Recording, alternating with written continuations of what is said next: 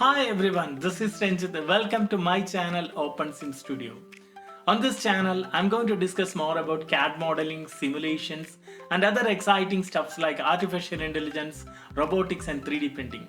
If you are interested in these topics, please subscribe to my channel because I'm going to release a lot of updated content in these videos.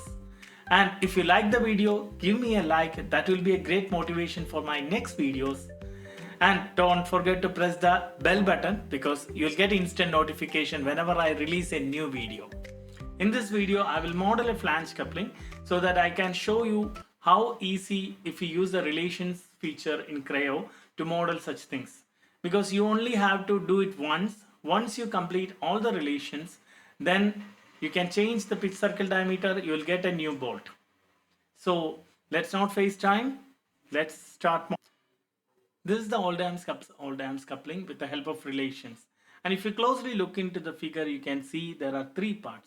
1, 2, 3 that is shown in the figure. Actually, it consists of 7 parts because it comes with two keys. You can see the key slot here, here and here. Similarly, it consists of two shafts.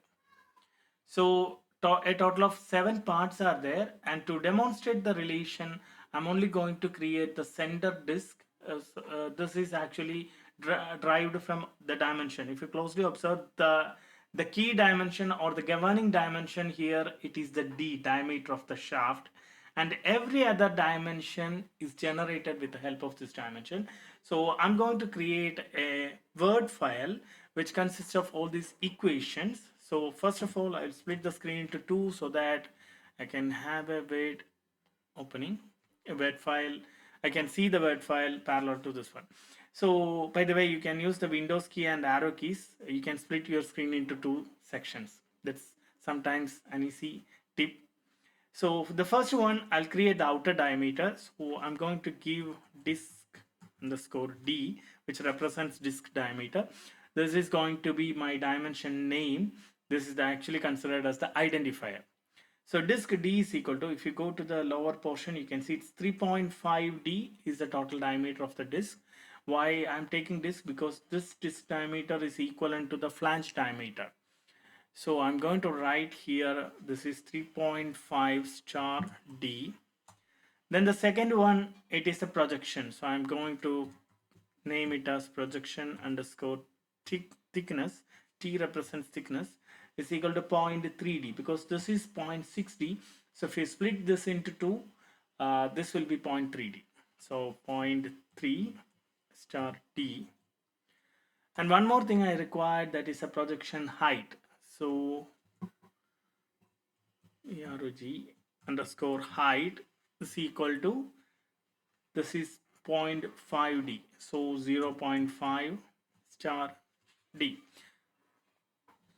Okay, all my equations are complete. Next, I will open Creo and I'll create a new part, file new. Then part, I'm going to give it as center disk, or the name will be and underscore disk.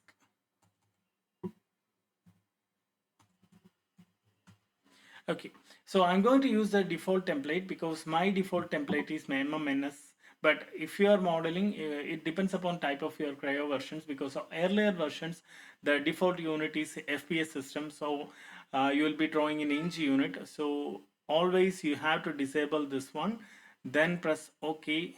Then by default it is MMNS part solid, but in your case it will be INBS, something like that. So you need to change this back into MMNS part solid, and you can also give the description, and you can also give your name if you model by, if you are modeling. Then press OK. Then this is my new part, center disk.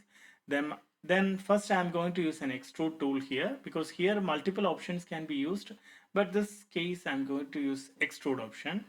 And then I will draw a circle, and that is a diameter. I will just keep the dimension as the same one, but if you closely observe the dimension, you can see the name of the dimension is SD0.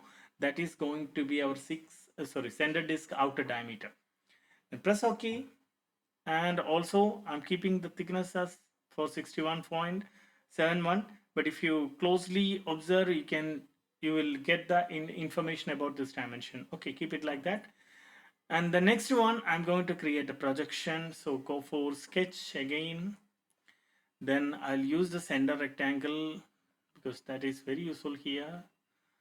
And I'll keep all the dimensions, the height are same, but I will use the delete segment option. Sorry, I need to draw one more circle.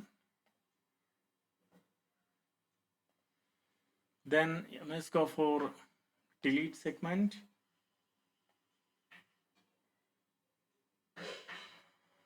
Yes, this is my circle, you can see. And this is 44.44.34. So you can either use this equal option or you can go for the dimension, but I will better go for dimension because that is the easiest one because it shows the diagonal distance. Sorry, something happened. One second. Once again, dimension, this one, and this one. Yeah, now the dimension is there. I'll keep the dimension as such. Then I will go for extrude. And also I'll keep the same dimension. Similarly, I'll create one more sketch, one more extrude here. You can directly go for extrude. No need to go for sketch or something like that. Then this case, I'll create a perpendicular rectangle. You can see this is a perpendicular rectangle. Then the same procedure I'm going to follow. I'll delete all other unwanted sketches. Yes. Now I'll give the dimension.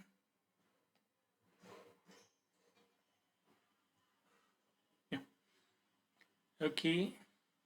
Now my center disk is over. Next I need to correct the dimensions according to the equation. So if you double click this dimension, you can see all the dimensions provided here. And if you click on the extrude, you can see its dimension. For example, if you click on this extrude, you can see all the dimensions, provided dimensions here. But the trick is that if you click the dimension, you can see the dimension name here. For example, this case, this is the outer diameter. And if you click this dimension, if you double click the dimension, you will be provided with a dimension tool where you can see the name as D1, or here you can also change it. But here, if you change this into outer diameter, you can go back to the Creo. You can see this is the disk diameter. So you can change this dimension into disk D. Okay, similarly, you can select this length. No, it is there. So D0, this is actually the thickness. So if I go back to the word, you can see the projection thickness. Yeah, that is the thickness. Control C and we'll change it here. Control V. Projection thickness. The next one, I need to change the dimensions of this figure. So this is the thickness. It is the projection thickness 0.60. So the same one. Then one more dimension I need, that is this one. This is the height actually.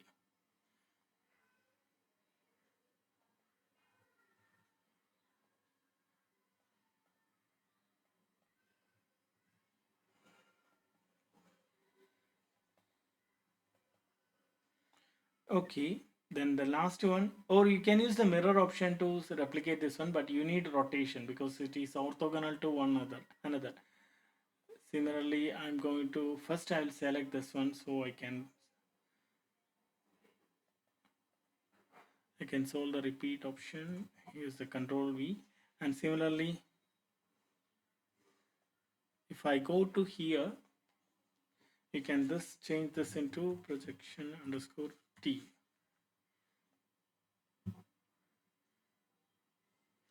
And you can check this thickness. It is T15. Okay. So you need to change the thickness to new name, otherwise it won't take it. So I'll just change this into T1. Okay, now it is okay. So it won't take duplicate dimension, that's it. And similarly, I also want to change this into H1. Okay, now all the dimensions are corrected. Next I need to use the relations. So this is the this is only first time pain, because first time hurdle.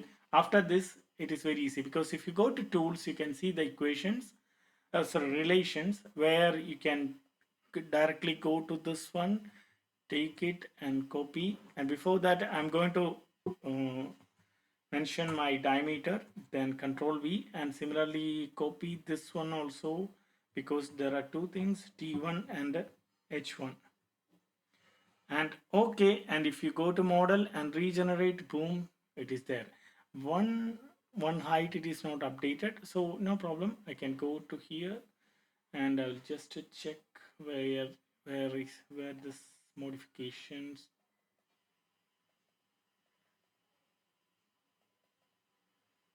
Sorry,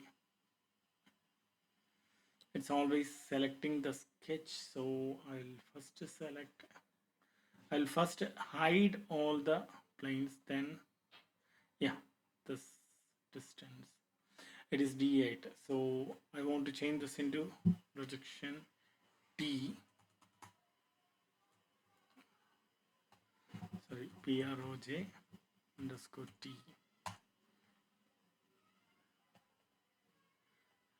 Regenerate, something happened, 1 second.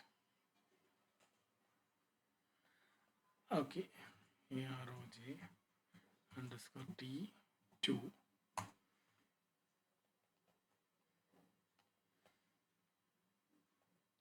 Yeah, it is now project T2, and go to, or you can go for this from here. You can directly go to the relations, and I'll copy this one and control V. This is, I'm going to make it T2. Now if I regenerate, this is your center disk. And one of the beauty is that if you again go to relations, if you go to relations, then if you change this into 50 and press OK and regenerate, this will be changed to 50.